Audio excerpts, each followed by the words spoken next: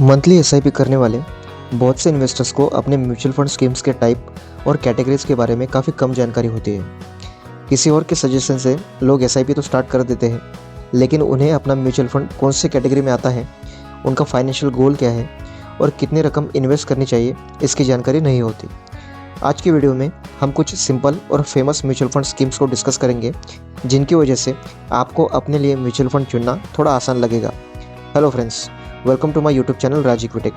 दोस्तों, आज की ये वीडियो आपको गाइड करने के पर्पज़ से बनाई गई है। ये एक इंफॉर्मेशनल वीडियो है। किसी भी तरह की इन्वेस्टमेंट करने से पहले आप अपने फाइनेंशियल एडवाइज़र की एडवाइस ज़रूर लें। हमारी लिस्ट में सबसे पहला नाम है लार्ज कैप म्यूचुअल फंड्स। जिन कंपनीज़ की शेयर बाज़ार की वैल्यूएशन 20,000 करोड़ या इससे ज़्यादा होती है, उन्हें हम लार्ज कैप या फिर ब्लू चेक कंपनी कहा जाता है।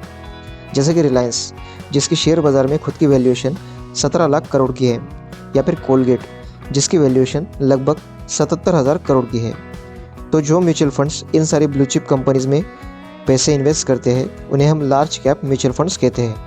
ये म्यूचुअल फंड्स ज़्यादा पैसा या बड़ा पैसा इन्वेस्ट करने के लिए थोड़े सेफ होते हैं, क्योंकि लार्ज कैप कंपनी किसी भी सिचुएशन में अपने प्रॉफिट्स को मेंटेन कर लेती है और इसीलिए हमें सेफ्टी के साथ साथ डिसेंट रिटर्न्स भी मिल जाते हैं। अगला टाइप है mid cap mutual funds.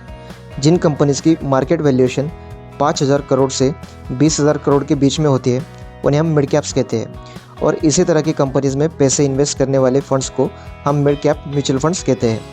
In mutual funds में लार्ज कैप म्यूचुअल फंड्स के कंपैरिजन में थोड़ी ज़्यादा रिस्क होती है और रिटर्न्स भी हमें ज़्यादा देखने को मिलते हैं। दोस्तों, अगली पॉपुलर कैटेगरी है small cap mutual funds. 5,000 crore rupees नीचे के मार्केट वैल्यूएशन होने वाली कंपनीज़ को स्मॉल कैप्स कंपनीज़ कहा जाता है। इसलिए इनमें इन्वेस्ट करने वाले म्यूचुअल फंड्स को हम स्मॉल कैप म्यूचुअल फंड्स कहते हैं।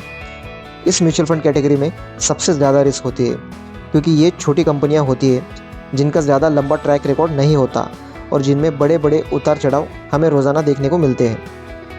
लेकिन इसी के साथ साथ इनमें सबसे ज़्यादा प्रॉफिट होने के चांसेस भी होते हैं, क्योंकि छोटी कंपनीज़ का ग्रोथ पोटेंशियल बड़ी कंपनीज से ज़्यादा होता है। स्मॉल कैप म्यूचुअल फंड्स को अगर हम 5 साल से ज़्यादा समय होल्ड करते हैं, तो ये म्यूचुअल फंड सबसे ज़्यादा पैसा कमा कर दे सकते हैं। लेकिन वही अगर हमने इन म्यूचुअल फंड्स में 1-2 साल के टारगेट से पैसे इन्वेस्ट किए, तो हमें बड़ा नुकसान भी हो सकता है। चौथी कैटेगरी है मल्टी कैप म्यूचुअल फंड्स, जो कि मेरी सबसे फेवरेट म्यूचुअल फंड कैटेगरी है। इस कैटेगरी में म्यूचुअल फंड कंपनी हमारे पैसे को तीनों कैप्स की कंपनीज़ में इन्वेस्टमेंट करती है, जिसका रेशो होता है 50%, 25% और 25%, जिसमें से 50% लार्ज कैप स्टॉक्स में इन्वेस्ट किया जाता है, 25% मिड कैप स्टॉक्स में और बचे हुए 25% स्मॉल कैप कंपनीज़ में इन्वेस्ट किए जाते हैं। ये सबसे स्मार्ट ऑप्शन है स्टॉक मार्केट में इन्वेस्ट करने का, क्योंकि इसमें हमें सेफ्टी, स्टेबिलिटी और ग्रोथ ऐसे तीनों चीज़ों का बैलेंस देखने को मिलता है।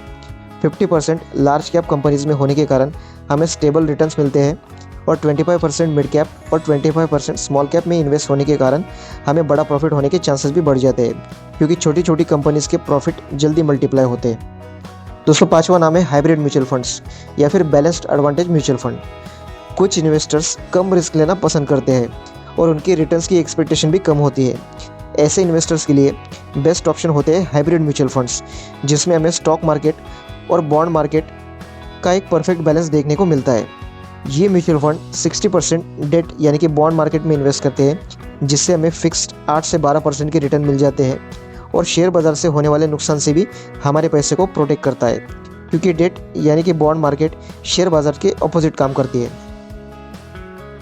और 40% शेयर बाज़ार में इन्वेस्ट होने की वजह से हमें लॉन्ग टर्म में काफ़ी बड़ा फ़ायदा होने के चांसेस भी बढ़ जाते हैं और रिस्क भी कम रहते हैं। दोस्तों, लिस्ट में सबसे आखिरी नाम है गोल्ड म्यूचुअल फंड्स। अब जैसा कि इसके नाम से पता चलता है, ये म्यूचुअल फंड फिजिकल और डिजिटल गोल्ड में हमारे पैसे इन्वेस्ट करता है। डेट म्यूचुअल फंड की तरह गोल्ड भी हमारे पैसों को शेयर बाज़ार से होने वाले नुकसान से बचाता है, क्योंकि अगर हमारे पैसे शेयर बाज़ार के गिरने के कारण कम हो जाते हैं, तो गोल्ड का भाव अपने आप बढ़ने लगता है। इसीलिए हमारे पास शेयर्स के साथ साथ गोल्ड का होना या फिर गोल्ड फंड्स में इन्वेस्टमेंट होना काफ़ी ज़रूरी होता है। इन म्यूचुअल फंड की एक और ख़ास बात होती है, अगर आप 500 रुपये से फिजिकल गोल्ड खरीदना चाहे तो शायद आपको नहीं मिलेगा, लेकिन गोल्ड म्यूचुअल फंड्स में आप सिर्फ 100 रुपये पर मंथ से एसआईपी स्टार्ट कर सकते हो और आपके पैसे गोल्ड के बाज़ार भाव के हिसाब से हमेशा बढ़ते रहेंगे।